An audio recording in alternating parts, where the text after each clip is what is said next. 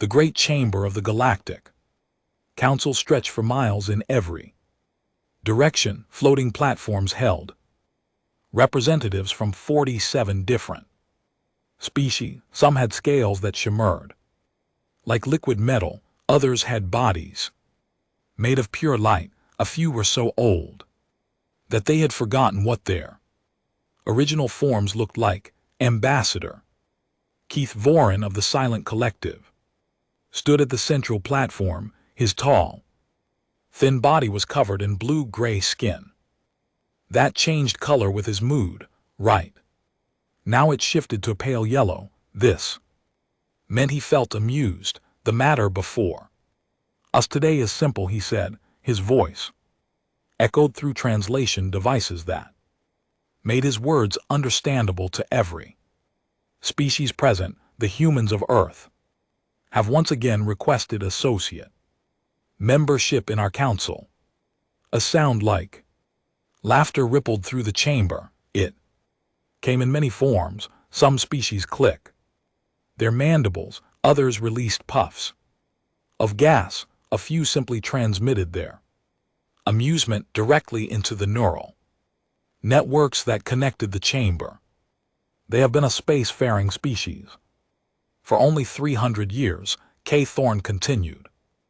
They have not yet developed faster than light travel on their own. They still fight wars among themselves. They are children playing with fire. On a small platform near the back of the chamber, 2 human diplomats stood in their environmental suits. Sarah Chen and Marcus Webb had spent 5 years preparing for this moment. They had learned the customs of dozens of species. They had studied the history of the Council going back 200,000 years. None of it mattered. Now, the Council's decision is unanimous. Kevorin announced. Earth's petition is denied. Furthermore, we have decided that humanity poses a potential threat to galactic stability. They are too aggressive, too unpredictable. We will not share faster than light technology with them. They will remain in their home system until they prove themselves worthy of advancement. Sarah Chen felt her hands shake with anger.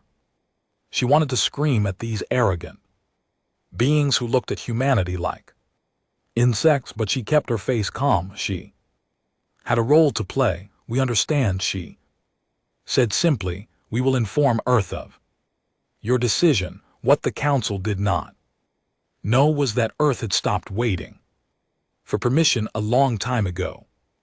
Deep in the asteroid belt, far from any alien sensor, something extraordinary was happening. The abandoned mining tunnels of Ceres had been transformed into the most secret facility in human history.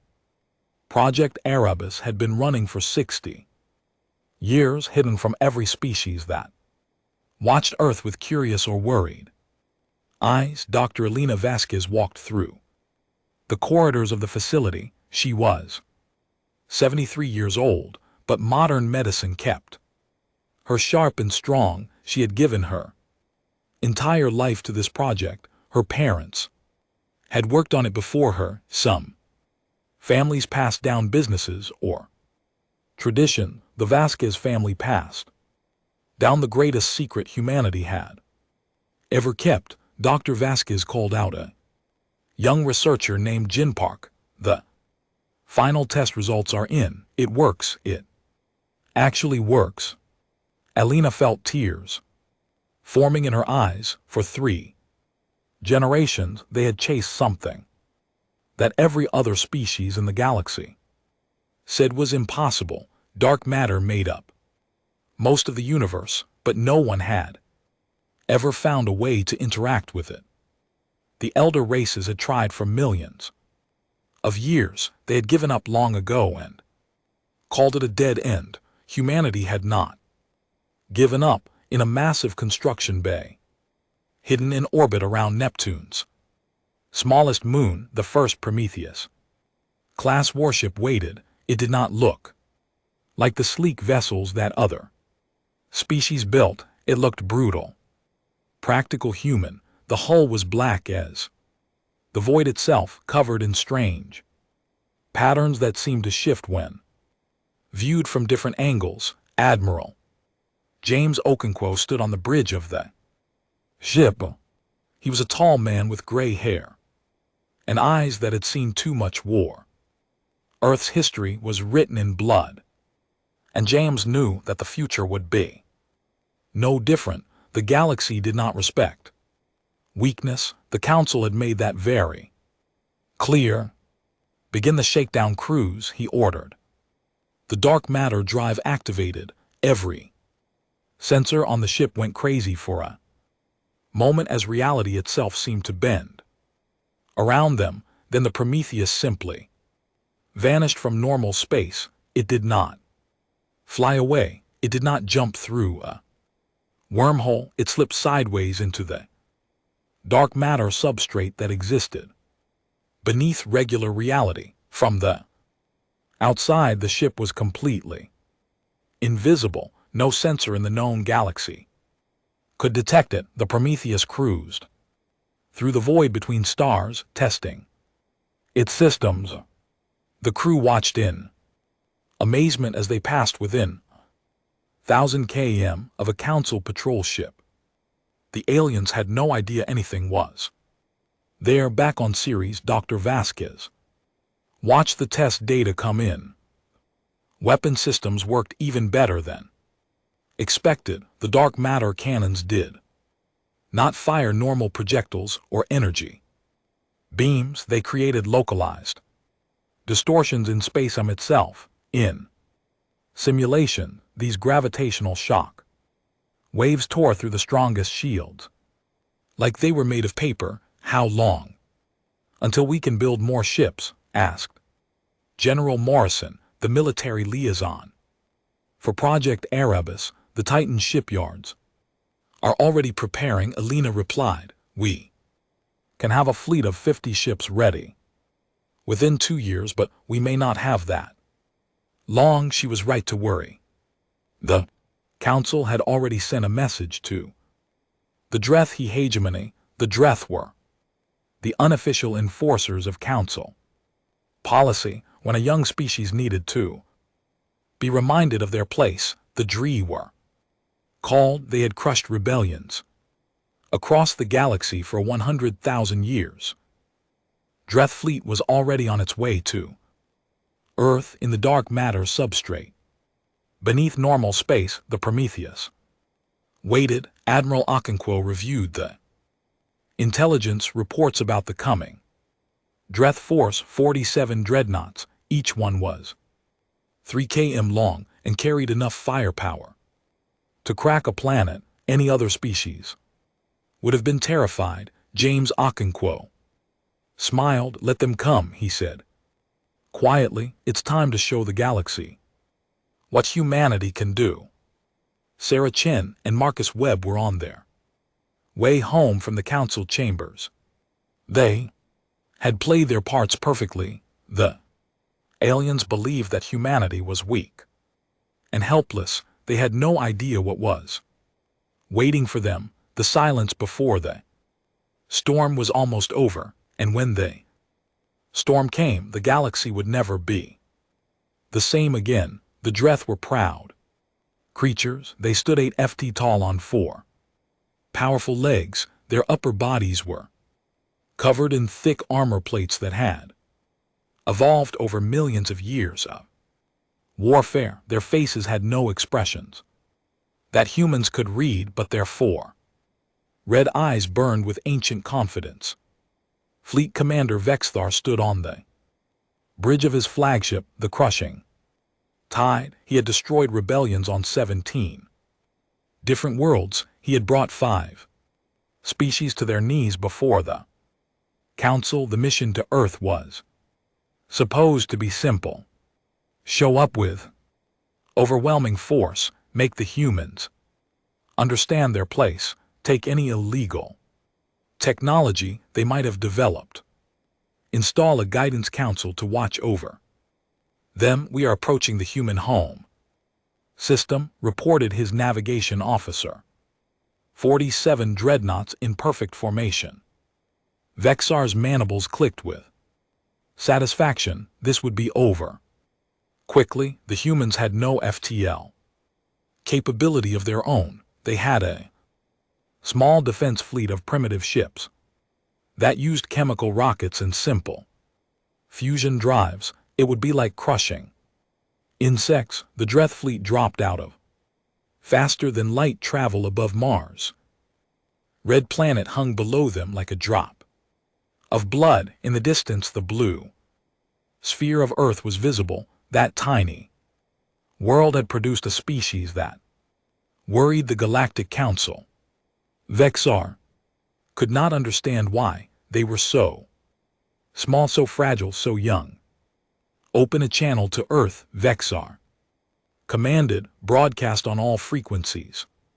His voice boomed across the solar system. Attention humans, this is Fleet Commander Vexar of the Dreth hegemony, acting under authority of the Galactic Council. You have been judged a potential threat to galactic peace. You will surrender all advanced technology. You will accept a permanent council presence on your world. You will submit to guided development. Resistance will result in the destruction of your civilization. You have 1 hour to respond. The response came in 30 seconds. It was a single human voice, calm and steady. Fleet Commander, this is Admiral James Okonkwo of the United Earth Defense Force. We respectfully decline your generous offer. You are welcome to turn your ships around and go home. If you continue toward Earth, we will interpret that as an act of war. This is your only warning. Vexar's officers made sounds of disbelief. The human was threatening them with what? Their sensors showed only a handful of primitive human vessels near Earth. This was either madness or the most pathetic bluff in galactic history. The humans have lost their minds, Vexar said. All ships advance toward Earth, weapons ready. We will burn their cities until they learn respect. The Dreth fleet moved forward in perfect formation. Their shields hummed with power, their weapons charged with enough energy to glass continents. They had done this 100 times before. It was routine. Then reality tore itself apart.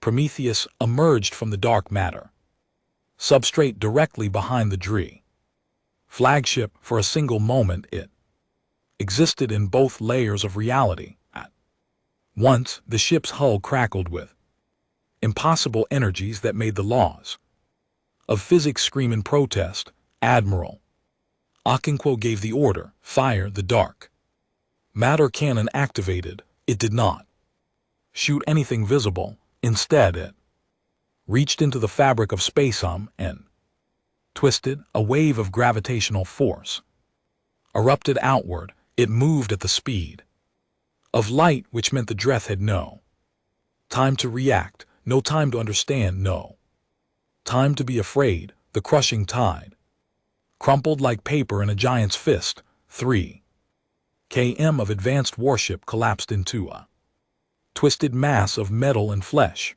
The shields did nothing.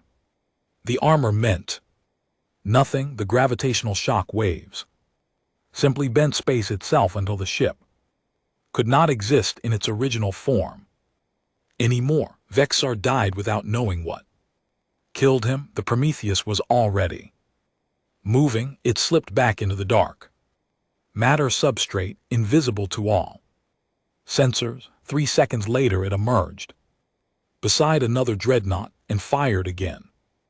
Then another, then another. The Dreth fleet fell into chaos. They were trained warriors, but nothing in their training had prepared them for this. Their sensors showed empty space 1 moment, and a human warship the next. Their weapons fired at nothing because the Prometheus was already gone. Their Shields offered no protection against attacks that twisted the shape of reality. "What is happening?" screamed a Dreth captain. "Where are they coming from?" No one could answer. The human ship appeared and disappeared like a ghost each time it materialized. Another dreadnought died. The gravitational shock waves did not just destroy the ships they hit, they created ripples that damaged nearby vessels as well. Secondary waves threw ships out of formation, tertiary effects collapsed structural supports and ruptured fuel lines. In the first 10 minutes, 15 dreadnoughts were destroyed. In the next 7 minutes, 16 more followed. The survivors tried to flee, but their FTL drives gave warning after warning about gravitational anomalies blocking their escape routes. "All ships, emergency jump," ordered a surviving Dreth commander. Get out now." Some of them made it. They're faster than light. Drives scream with effort as they pushed through the distorted space around them. They vanished into the safety of super-luminal travel, leaving behind the wreckage of their fleet. When the battle ended, 31 Dreth warships had been destroyed or disabled. Thousands of Dreth warriors were dead. The greatest military force in that region of space had been shattered in 17 minutes. Admiral Okonkwo stood on the bridge of the Prometheus and watched the last enemy ships flee. His crew was silent. They had just done something that no species had ever done before. They had defeated a Council enforcement fleet. They had proven that humanity was no longer prey. "Send a message to Earth," Okonkwo ordered. "Tell them the battle is won, then prepare for the response. The Council will not accept this." Quietly, on Earth, people looked up at the sky and cheered. News of the victory spread across the planet in minutes. For the first time in human history, they had faced an alien threat and emerged victorious. They were no longer the primitives begging for scraps from the galactic table. They were warriors far away. The surviving Dreth ships limped toward the nearest Council outpost. Their reports would send shock waves through the galaxy that made the gravitational weapons look gentle by comparison. The humans had done the impossible. They had mastered dark matter. They had turned the fundamental structure of the universe into a weapon. And they had only revealed one ship. Council had no idea what was coming next. The Galactic Council had not seen panic like this in 50,000 years.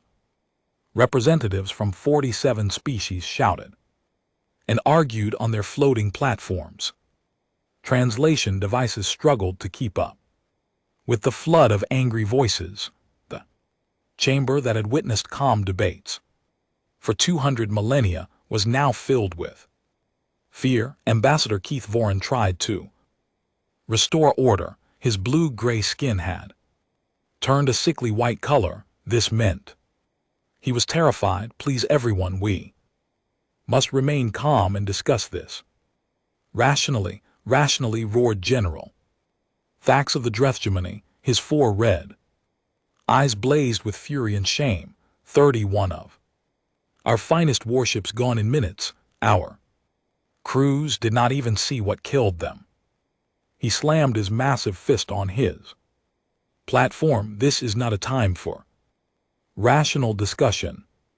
This is a time for war." The holographic display in the center of the chamber showed the sensor data from the battle. Every representative had seen it a dozen times already. They watched again as the human ship appeared from nowhere. They watched as the gravitational shock wave crushed the Dree flagship like a toy. They watched as the Prometheus vanished and reappeared, vanished and reappeared, killing with impossible precision. Our Scientists have analyzed the weapon. Signatures, said Zelnora of the vet. Combine her crystalline body pulsed with nervous light. They cannot explain what they are seeing. The humans are manipulating spacetime itself. They are creating artificial gravity wells. No species has ever achieved this. That is not accurate, said a voice like grinding stone. Everyone fell silent. Observers rarely spoke. They were ancient machine intelligences, older than any living species in the galaxy. Some said they had been built by the precursor, the mysterious civilization that had vanished 2 million years ago. Others said they were the precursors, transformed into digital immortality. No one knew the truth. The observers never explained themselves. The observer representative was a simple metal sphere that floated at the edge of the chamber. Its surface was smooth and featureless, but everyone knew there was vast intelligence inside. We have seen this energy signature once before, the observer continued. In the ruins of the precursors, their civilization spanned the galaxy before any of your ancestors crawled from the oceans. They built wonders that you cannot imagine, and then they disappeared. The chamber was completely silent now. The precursors mastered dark matter, the observer said. They learned to interact with the substrate that underlies all normal space. This is what the humans have discovered. The question you should ask is not how they did it. The question is why the precursors, with all their power, no longer exist. The silence stretched on for a long moment. Then General Thax shook himself. Ancient history does not matter. What matters is that the humans have weapons we cannot match. We must destroy them before they build more ships. And how do you propose we do that? Asked Kethan. Your fleet was the finest in the hegemony. They were destroyed by a single human vessel. Then we send more. Thax shouted. We assembled the combined fleet. Every species contribute ships. We overwhelmed them with numbers. Other voices joined in agreement. The militant axis, as they were called, believed that violence was the only answer. They pointed to the sensor data. One ship, they argued. The humans only had one ship. If the Council acted quickly, they could crush Earth before more ships were built, but not everyone agreed. The conciliators argued for a different approach. High Diplomat Sarentha of the Eloquent spoke with musical tones that calmed the room. The humans have achieved something extraordinary, she said, something that no species in galactic history has accomplished. Instead of trying to destroy them, we should bring them into the fold. Imagine if we had access to this technology. Imagine what the galaxy could become. They will never share it. Willingly growled. They are humans. They are aggressive and paranoid. They will use this power to dominate us all. Can you blame them? Asked Sarentha. We rejected them. We humiliated them. We sent a fleet to subjugate their home world. If we offer peace now, perhaps they will listen. The debate raged on for hours. Species that had cooperated for millennia now threatened each other.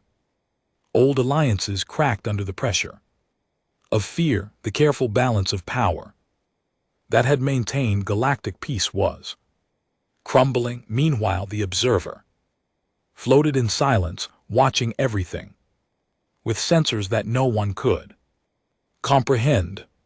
Far from the Council chambers, humanity was not waiting to see what decision the aliens would make. On Titan, the largest moon of Saturn, massive shipyards worked without rest. The Prometheus had been a prototype built in secret over decades, now that secrecy was no longer necessary. Production could accelerate. Dr. Elena Vasquez walked through the construction bays with Admiral Okonkwo at her side. Rows of partially completed warships stretched into the distance. Workers and robots swarmed over the hulls, installing dark matter drives and weapons. How many can we have ready before the council responds? Akone asked. If they give us 6 months, we will have 30 ships, Elena replied. If they give us a year, we will have 70. But they will not wait that long. No. Akono agreed. They will come with everything they have. The council has not faced a real threat in 50,000 years. They are scared, and scared beings do stupid things. Elena looked at the warships taking shape around her. Each one was a monument to human stubbornness. For 3 generations, her family had worked toward this moment. They had been told that dark matter was impossible to harness. They had ignored the experts. They had kept trying when everyone said they should give up. That was what made humanity different. Elena realized other species accepted limits. Humans pushed through them. Back at the council, a vote was finally called. The result was closer than anyone expected.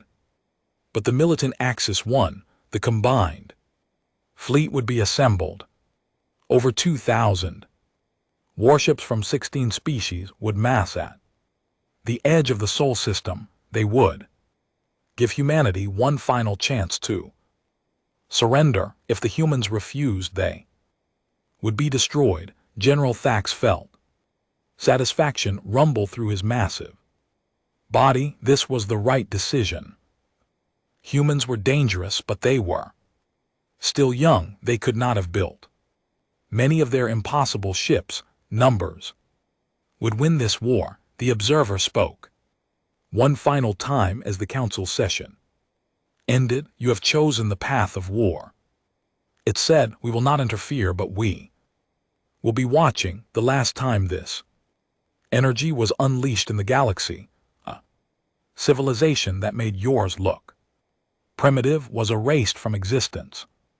Remember that when you face what the humans have become. No one listened.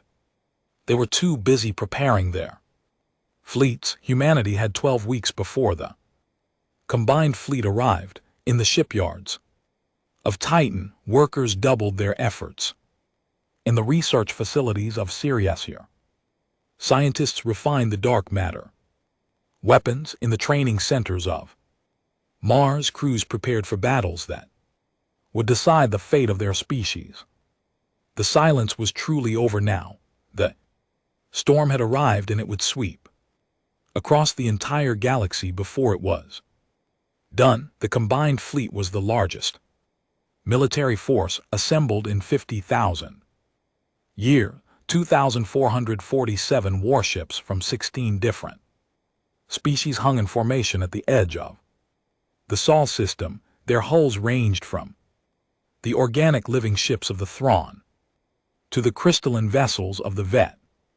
Combined, the Drath had contributed 300 fresh dreadnoughts, each crew burning for revenge. The Silent brought their famous carrier groups. The Eloquent provided support in medical ships. Supreme Commander Yathala stood on the bridge of the Council flagship, the Harmony of Purpose. She was silent, tall, and elegant, with skin that currently showed the deep purple of determination. She had been chosen to lead this mission because she was brilliant, patient, and careful. The Council hoped she would succeed where the Dree had failed. All ships report ready, her tactical officer announced. The humans will see us on their sensors within the hour. Ithala studied the tactical display. The human fleet was waiting near the outer planets. Her intelligence report said they had only 23 of their dark matter Warships, 23 against 2,000. The numbers favored the Council overwhelmingly, but yet Thala had watched the recordings of the first battle many times. She had seen how the dreadnoughts died. Numbers meant nothing if you could not hit your enemy. Open a channel to the human commander, she ordered. Admiral James Okonkwo's face appeared on the display. He looked tired but calm. Behind him, Ithala could see the bridge of a human warship. It was simpler than Council vessels, more functional, less elegant, but there was something dangerous about its simplicity. Supreme Commander Akona said, "I appreciate you calling ahead." This time, the Dreth just showed up and started making demands. "Admiral, I am required to give you a final offer before we proceed," Ithala said. "Surrender your dark matter technology. Submit to indefinite Council oversight. Accept permanent restrictions on your military development if you agree to these terms. No more blood needs to be spilled." Akono laughed. It was not a cruel laugh. It sounded almost sad. "Supreme Commander, let me tell you something about humanity. We spent our entire history fighting for survival. We fought our world which tried to kill us with ice ages and plagues and disasters. We fought each other because we could not agree on how to live. We fought extinction itself, and we won every time." He leaned forward. His eyes were hard. "We clawed our way to the stars with nothing but stubbornness and spite. We begged your Council for help, and you laughed at us. You called us children. You sent a fleet to put us in chains. And now you think we will kneel." Okonkwo shook his head. "Bring your fleet, Supreme Commander. Bring all of them. We will teach the galaxy what happens when you underestimate humanity." The channel closed, yet I felt a chill run through her body. She had commanded fleets for 300 years. She had never heard anyone speak with such absolute confidence. Before a battle they should lose. "All ships," she ordered, "advance in standard formation. Watch for the enemy ships.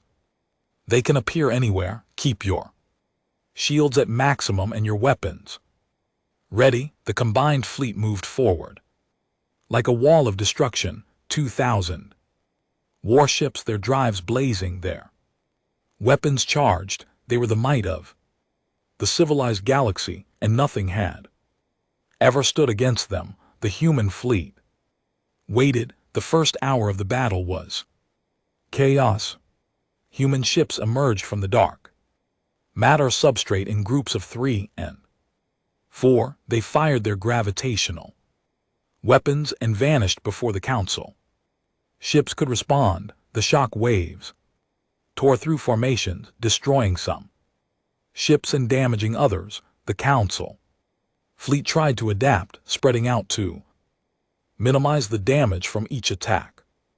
This made them harder to hit, but it also made them harder to coordinate. "We are losing ships too fast," reported yet Thala's tactical officer. 47 destroyed in the first 30 minutes. "Concentrate fire on the areas where they appear," Ithala commanded. "They cannot stay invisible forever. Catch them when they emerge." The Council ships learned quickly. They set up overlapping fields of fire, creating kill zones where any emerging human ship would be hit from multiple angles. It worked. 3 human vessels were destroyed when they materialized into a concentrated barrage, but the humans adapted too. Admiral Okonkwo watched the battle from the bridge of the Prometheus. His fleet was taking losses now, but the Council was taking more. He saw the patterns in the enemy formation. He saw where they were strong and where they were weak. All ships knew tactics. He ordered, "Attack the flanks, hit them where their Coverage is thin and activate the secondary weapons, the human ships. Change their approach instead of appearing in the middle of the enemy formation. They emerged at the edges.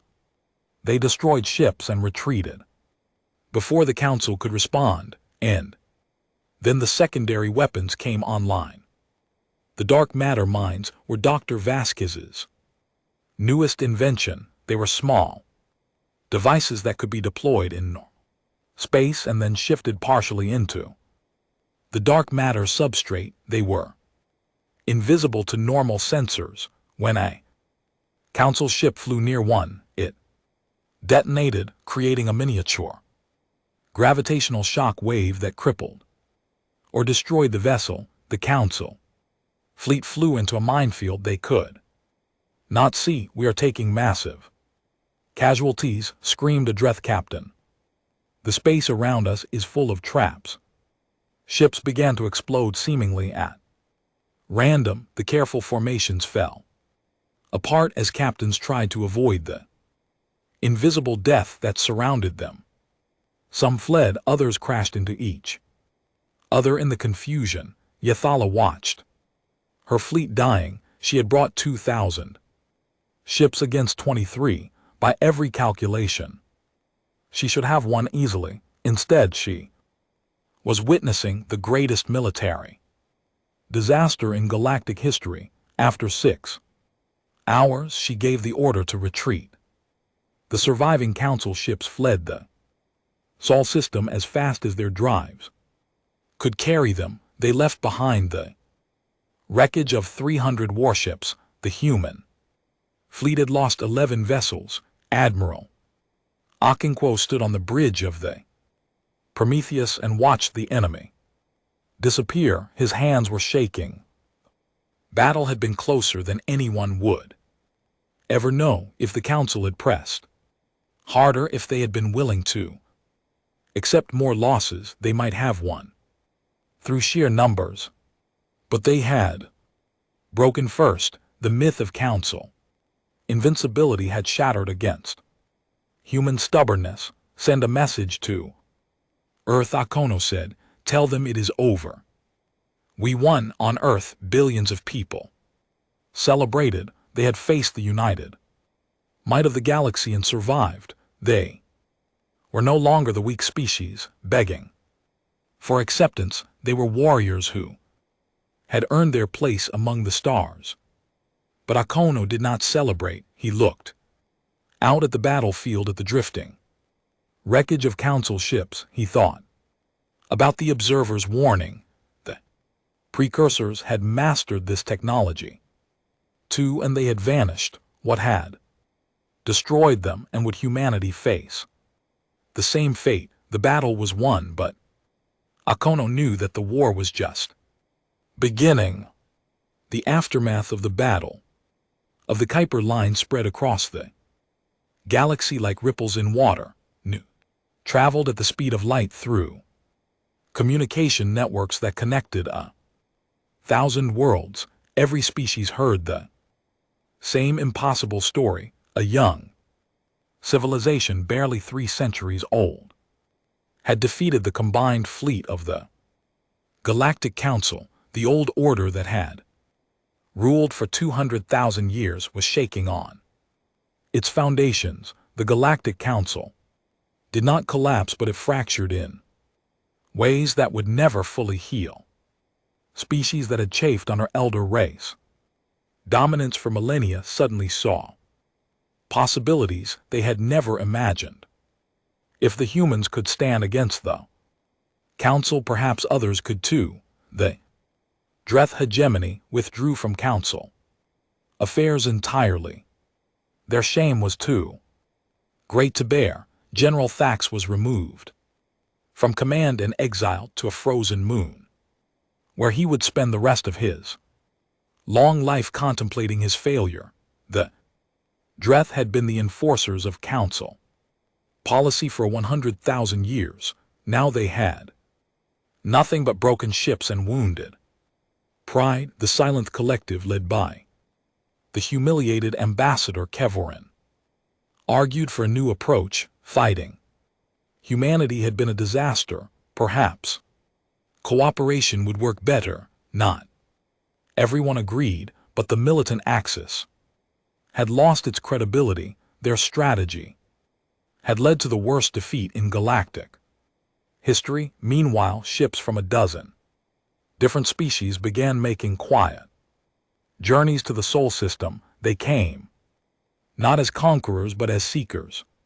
The Thrawn wanted to trade their biological technologies for knowledge of dark matter. The VTH Combine offered rare crystals that could enhance human computing systems. Smaller species that had never dared to defy the Council now saw humanity as a potential ally against their oppressors. But the most surprising visitors were the observers. Their ship was simple, a smooth metal sphere much larger than the one that represented them at council meetings. It entered the Sol system slowly, broadcasting its peaceful intentions on every frequency. Admiral Okonkwo met them personally, curious about what the ancient machine intelligences wanted. The observer representative materialized on the bridge of the Prometheus as a holographic projection. It took the form of a humanoid shape, a gesture of respect that surprised everyone present. We have watched biological civilizations rise and fall for millions of years, the observer said. Most of them make the same mistakes. They discover dangerous technologies before they are ready. They destroy themselves or each other.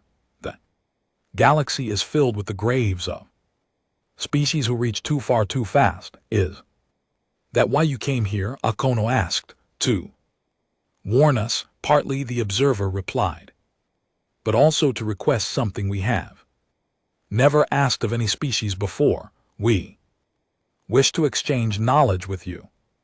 This was extraordinary. The observers had always kept themselves apart. They shared nothing. They explained nothing. They simply watched. Why is Akono asked?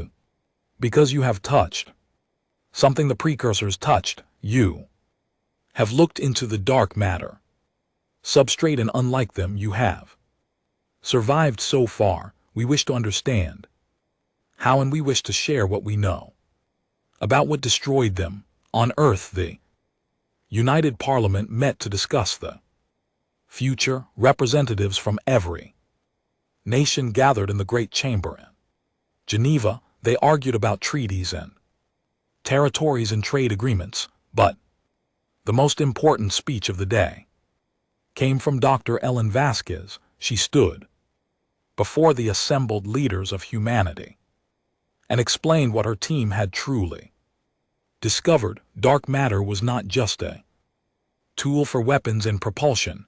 It was a window into another layer of reality.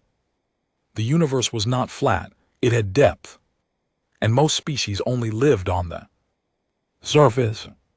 We found structures in the dark matter substrate, Alina said. Ancient structures, machines, and devices built by a civilization that existed 2 million years ago. The precursors did not simply disappear. They went somewhere. They are still out there in the deep layers of reality that we are only beginning to understand. The Parliament fell silent.